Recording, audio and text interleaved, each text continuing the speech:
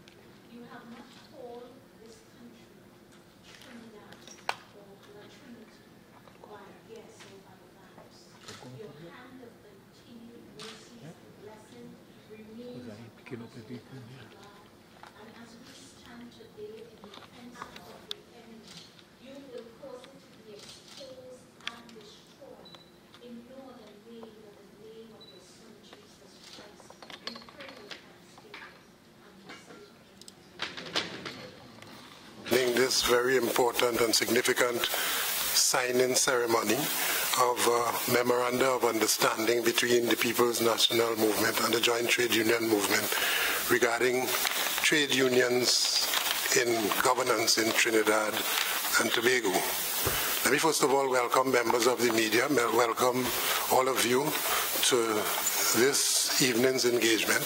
But before we go into the exercise itself, let me do a bit of a housekeeping by introducing members of our team and have Dr. Rowley introduce members of his team so that we can all get a sense of who are here this afternoon. Representing the Joint Trade Union Movement here this afternoon, delegated to do this signing, and I will start from my immediate right, and I will allow the various comrades and sisters to introduce themselves and their union, starting with my comrade at my immediate right. Good evening, everyone. David Ansonanan, President, Trinidad and Tobago Unified Teachers Association. Good afternoon, Christopher Henry, President of the Steelworkers Union of Trinidad and Tobago. Good afternoon, everyone. Ozzy Warwick, Chief Education and Research Officer of the TU and Secretary to the Joint Trade Union. Good afternoon, everyone. I'm Charmaine Sedeno Allen. I represent Banking Insurance Workers General Union, Central Exec Trustee. Good evening, everyone. I'm Deborah Frederick, and I represent, like Charmaine, the trustee on the BIGW leg of the JTUM. Pleasant afternoon. Shiraz Khan, President, Trinidad and Tobago Farmers Union. Good evening. Michael Prentice, First Vice President of Amalgamated Workers Union. Good afternoon, everyone. Marlene Sanatan, Organizing Officer, BIGU.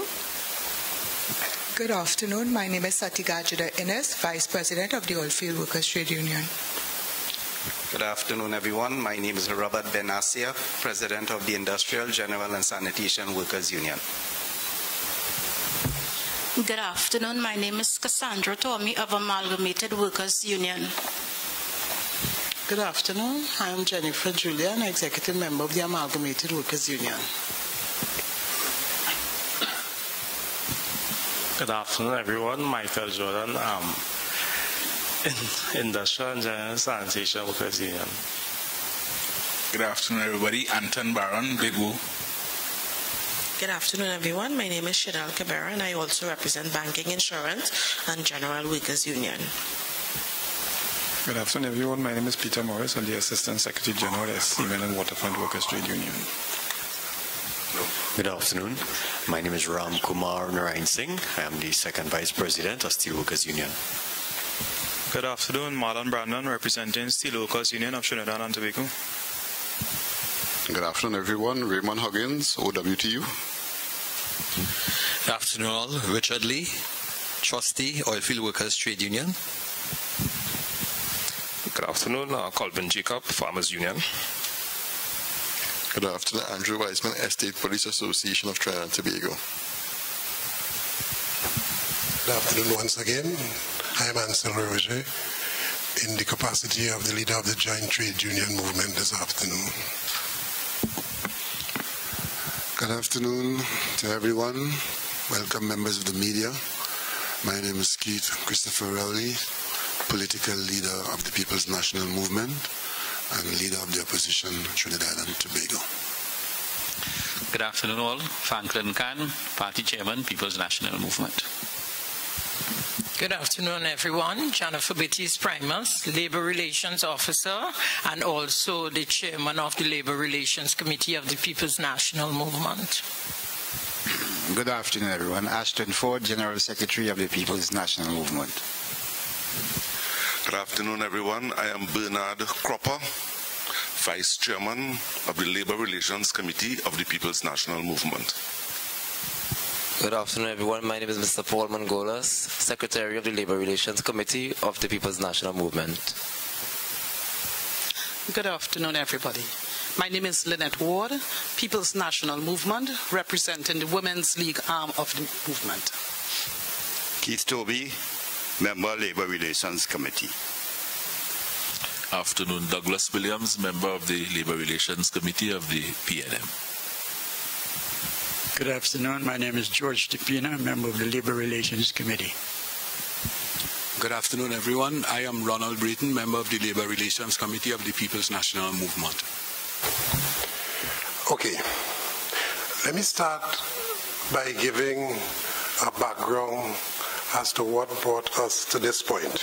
But before I do that, I want to share a quote with you here this afternoon, and it is by Suniti Maharaj, and it was captured in an article in last Sunday's Express, and it goes as follows. The moment is now before the election.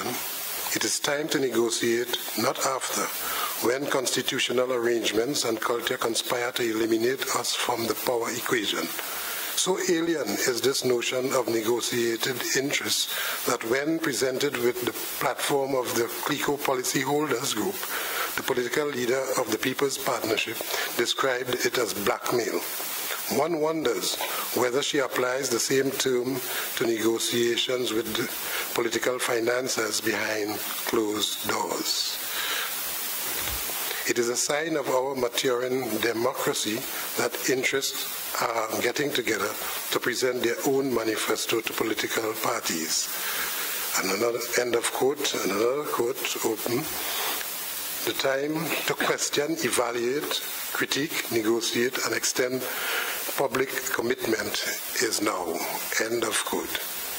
I want to also say that this certainly is not a last-ditch effort, or this engagement did not start in the 2 weeks leading up to the general elections. But I wanted to make the point that, like Suniti Maharaj, we thought that it is necessary, we in the Joint Trade Union Movement, that it is necessary for us to examine all of the political parties that are vying for government in this general elections. And certainly, when we started discussion sometime in September last year, we knew that despite what we were experiencing despite whatever they said, that's the People's Partnership, or whatever was left of it at that time, we knew that there bound to come a time when the election will be called. And therefore, we felt that we should have engagement with the leader of the opposition and the political leader of the PNM with respect to his party's views on labor matters. And we also felt that a similar approach should be taken with the leader of the ILP and the leader of the MSJ. And so said, so done. We have had no less than 3 engagements with all of the above. And out of those engagements, I'm happy to announce that we have made enormous success. Suffice it to say that the MSJ is not contesting this general elections, so we are left with 2 political parties, and 2 political parties that are contesting. We will be signing this Memorandum of Understanding with them. This evening is the evening we are going to sign the Memorandum of Understanding with the People's National Movement.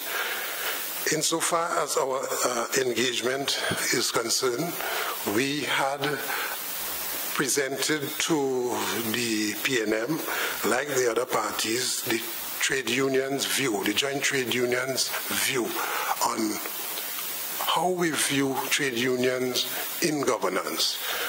What sense it would make that we would have campaigned long before the political campaign started, spoken about all of the negative impact with respect to the exploitation of this system of governance by those who are now in government, and therefore advantage taken on workers across the country's workforce.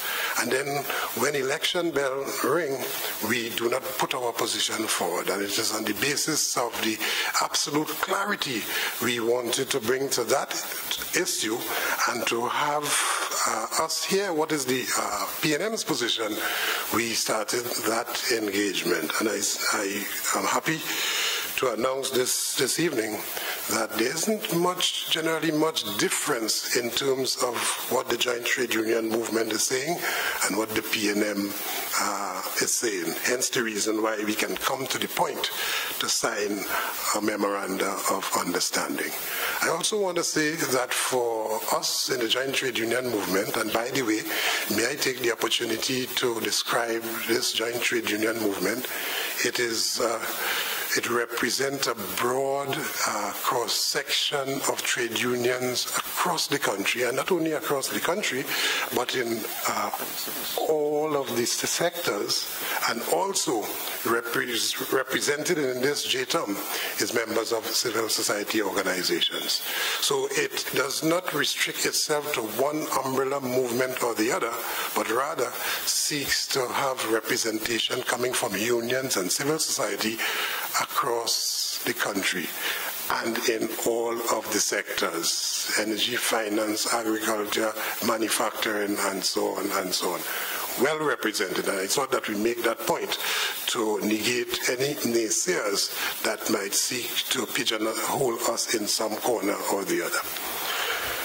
All right, so having said that we are now at this point where we feel that it will be beneficial to our members in the first instance, the workers that we represent, the sectors that we represent, and as a result of that level of representation, we will be able collectively to contribute to the country's development. Remembering only that it is with industrial peace and tranquility and labor movement, the country's labor movement, prepared to put their shoulders to the wheel, to go forward to contribute to the country's development. It is only with that section, with a like-minded government in place, coming together, it is only then that the country can benefit from such a coming together. Let me also make the point, emphatically this evening, that this is not an endorsement of any political party. It is not an endorsement with respect. It is not an endorsement of the PNM or the ILP, but rather it is us examining what their position is on labor and they examining our position on labor with respect to governance and coming together with one commonality and so on. So it ought not to be confused, nor am I going to leave any room for confusion. These days in Trinidad and Tobago, if we produce anything at all, we produce confusion makers. And so with absolute clarity, we want to make this point this afternoon. However, I will hasten to add that we in the JTOM will be doing, as we had been doing, a thorough examination of all of the political parties, and in this case we now have 3. But in the case of those who we are signing memoranda of agreement with, PNM and the ILP, we will be doing a thorough examination and advise our members as to who has the best policy on labor and whose policy seek to promote, advance, protect, insulate the interests of those whom we represent. So it is in the workers' interest that we engage at this point, and therefore that we will have something to hold as a means of commitment going forward. Let me also say that we took a decision very early, not to, and I say this without fear of contradiction or even fear of condemnation, that we took a conscious decision not to have any dialogue whatsoever with the People's Partnership or the UNC or whatever remains of that configuration, simply because they were given the task, and I think I need to make this point, they were given the task and the opportunity. Indeed, they had committed to implement all of the workers' agenda back in 2010. But like many other commitments and promises, it fell flat. Not only that it fell flat, but very early we saw the deception in that commitment. And what followed was an attack on the very people, the very trade union movement which promoted and advanced their getting into office so that they could have advanced the workers' agenda. That did not happen. And certainly I must also further the point to say that we even send people in the government with specific mission. Such a person, well, let me just back up and say that when we recognize what they were about, which was diametrically opposed to what we were about, and certainly what the country expected, we immediately left that arrangement. But one of our persons who was sent on the specific mission defected to that enemy territory, and the rest is history. We are happy today, this afternoon, if I can make that point again, and certainly we'll be happy next week when we sign the Memorandum of Agreement and we would have completed the circuit of discussions with the political parties and so on. Labor involvement in the issue of the country's governance is very important, and I must underline the point that very early in these discussions we got concurrence and agreement that that is not an issue insofar as the PNM is concerned, and we got that from none other than the leader of the opposition and the political leader of the PNM, Dr. Rowley himself. And so we have condensed it into a document which we are going to be signing this afternoon. I want to pause here and give opportunity for Dr. Rowley to make his comments. Again, to all members who have gathered here this evening, members of the Joint Trade Union Movement, members of the PNM's Labor Relations Committee, and members of the media who are observing our archival event here this evening. We do not normally get this opportunity to put on record our appreciation for labor's involvement in national development, so today is one such special occasion.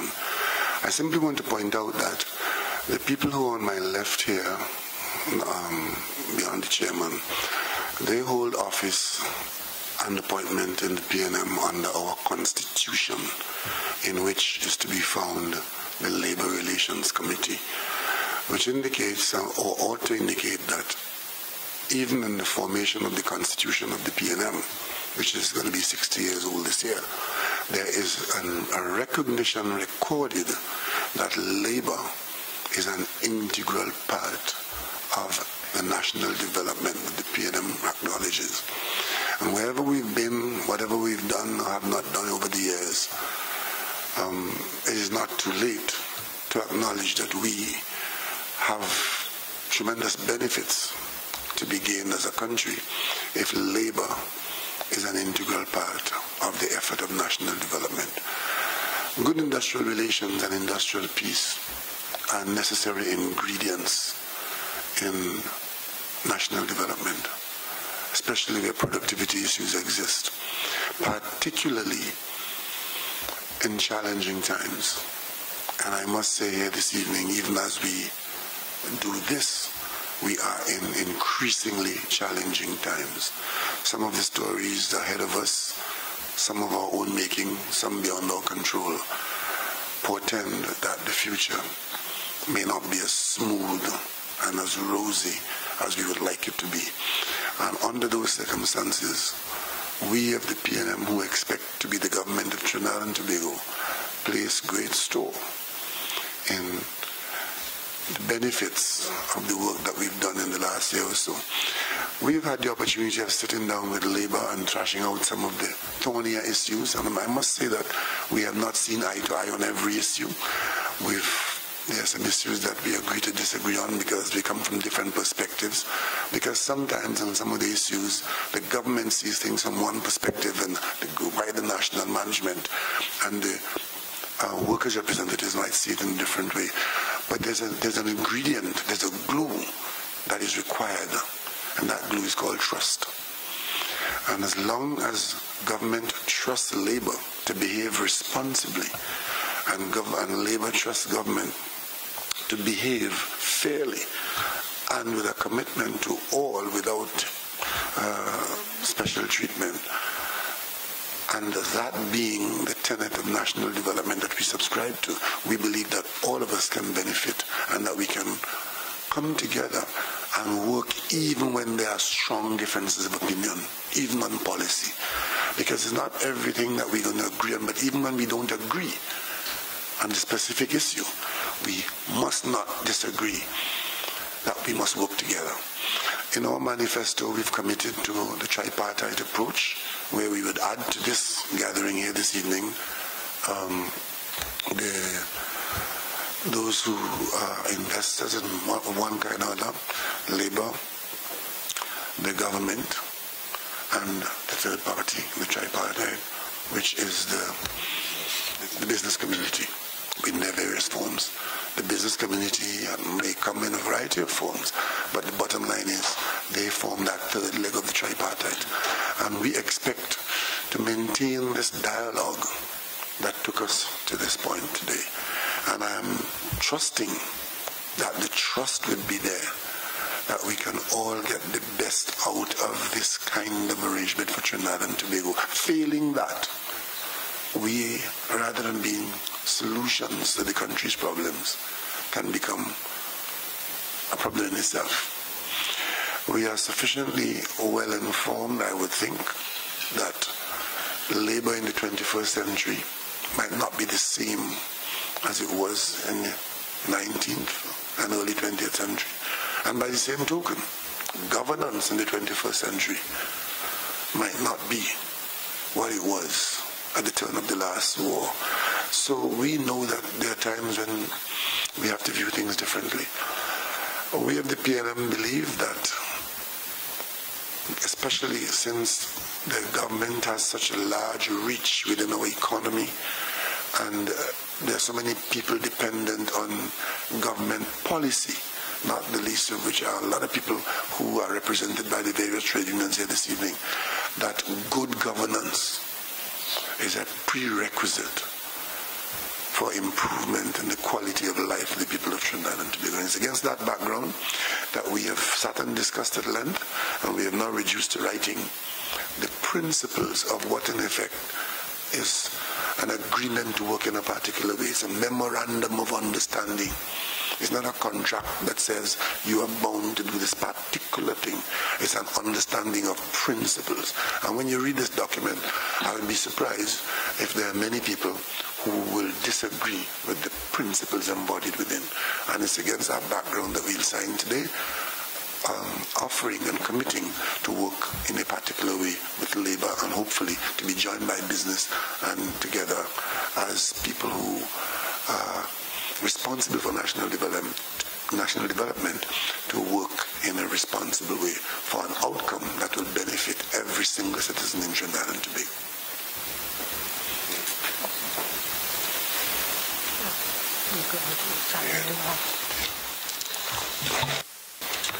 Now we go on to the official signing. Thank you.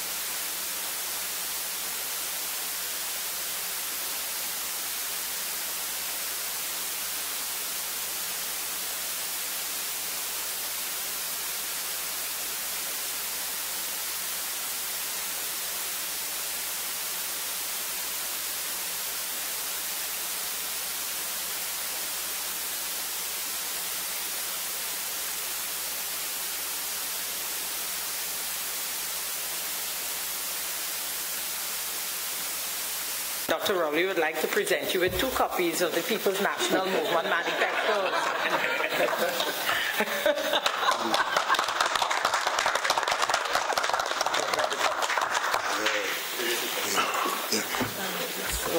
We would also give the commitment to peruse very carefully this document and advise accordingly. Thank you very much.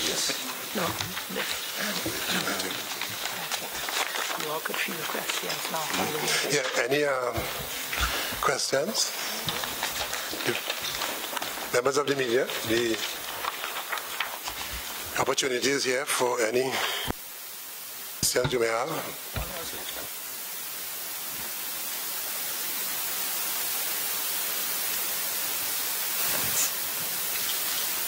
Good afternoon, Kim Bojram from The Express. I do understand what has taken place here this afternoon, but I just want to ask how strong would be the obligation, let's say, if the PNM were to come into government to fulfill some of the things that you've discussed, and what happens if they don't?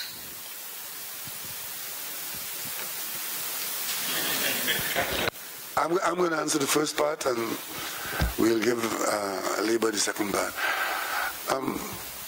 There's a commitment to subscribe to the principles recorded in this Memorandum of Understanding.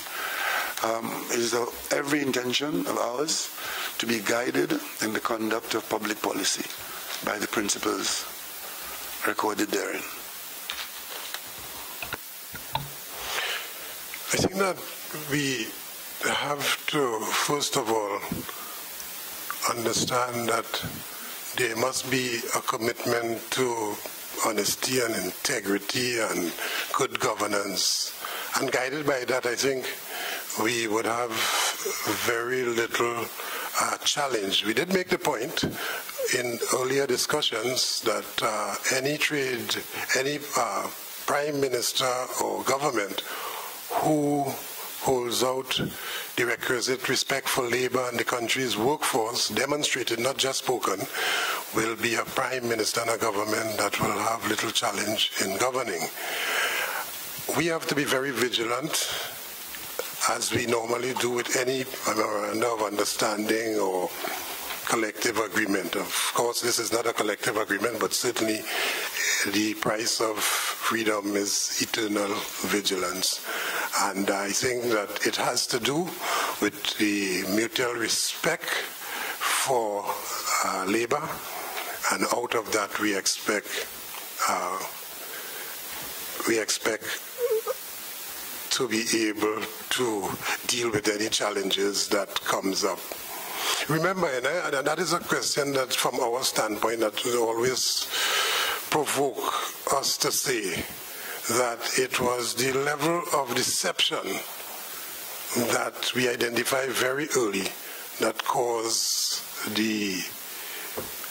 not just the breaking away, but the refusal of us in labor to continue down that road. It was not a road in the national interest. We are about national interest and country's development.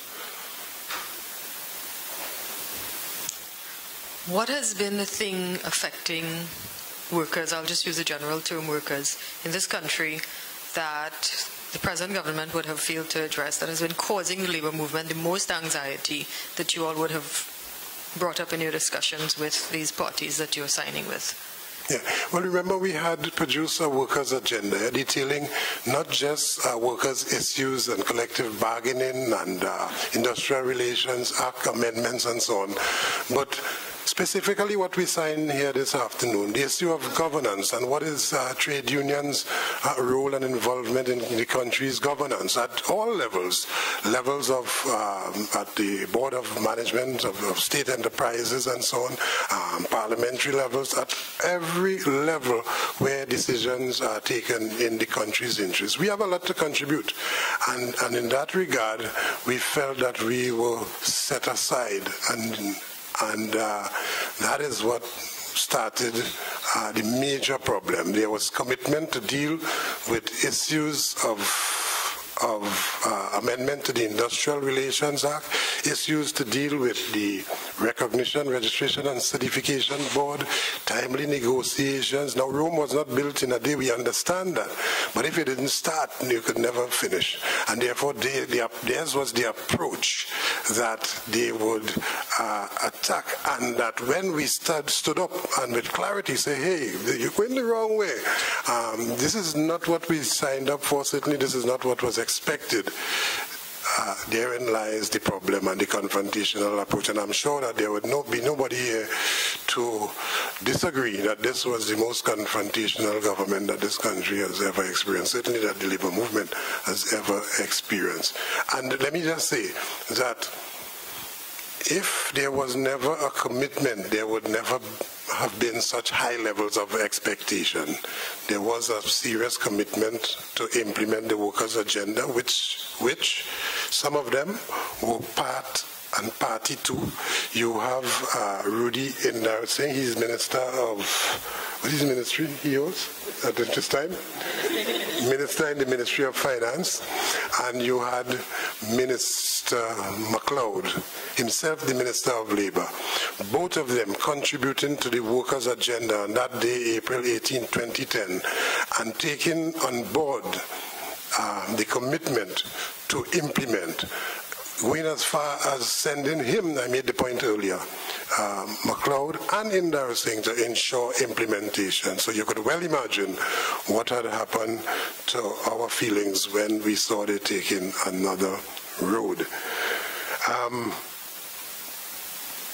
There's no guarantee here, but at the same time, for the first time, we are signing off on defined principles of agreement captured in the Memorandum of Understanding. And I think that this time around, having witnessed, and this is my personal feeling, having witnessed the abyss that this country sank into as a result of poor governance. I think that any government coming after will stay far away from that as possible. We certainly want to assist them in staying far away from that. Okay. Clint Chantak, Newsday. I just wanted to ask you, Mr. Roger, through the signing of this agreement here today, does that sort of also imply that JTAM and the PNM are more in sync with some of the economic policies that the PNM is proposing? I see that, for example, the Revenue Authority is something previously with some sections of the labor movement didn't have an issue with, had some issues with, and you may be aware that the Prime Minister recently claimed that if this body comes in, it will cost public sector workers jobs and so on. So could we safely say that perhaps through your discussions with the PNM that perhaps a little bit more clarity has been brought to labor on these particular issues, and maybe there's a bit of a harmonization going on here? Maybe I should, just to make sure that we are keeping the conversation straight, the statement made by the Prime Minister is a very gratuitous and incorrect statement. The Revenue Authority has no prescription for job losses. And secondly, the Revenue Authority, as envisaged by us and spelled out in our manifesto, is an agency to be arrived at after proper consultation and respectful consultation with the labor movement involved in that matter. And in 2010, there was virtual agreement. There was one issue which derailed the whole thing, and that was labor's acknowledgement as a bargaining unit in the new entity, and we, at this stage, do not see that as an insurmountable hurdle. Yeah. Well, I was about to say that I don't take anything that the Prime Minister say seriously. She opened a hospital without equipment and without personnel, without workers, without anybody. So I don't take what she says seriously. More to the point, that is certainly the type of information that will be welcomed by us. We certainly would ensure that there is no job loss as a result of the implementation of any new authority, be it Revenue Authority or any other authority. But I think that the guiding principles, if adhered to, which we just signed off on this afternoon, would certainly put us in a correct place with a correct approach to treating with matters. And the media will be made privy to a copy of what we had signed.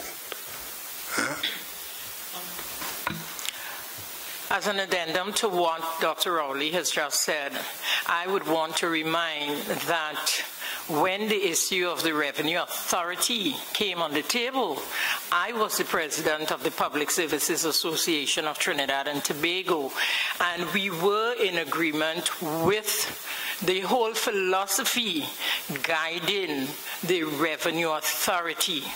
However, as Dr. Rowley pointed out, the issue that arose was one of union recognition, public officers being given the right to transfer to the new authority with their recognition, and that we don't foresee that being a problem. So that, like Comrade Roche said, I think all of us as citizens take what the Prime Minister say with a huge pinch of salt. Is there any other? Thank you very much. Yes. Yes. There's some light refreshments, and I hope you'll participate before you leave. Thank you very much. Thank you. Thank you.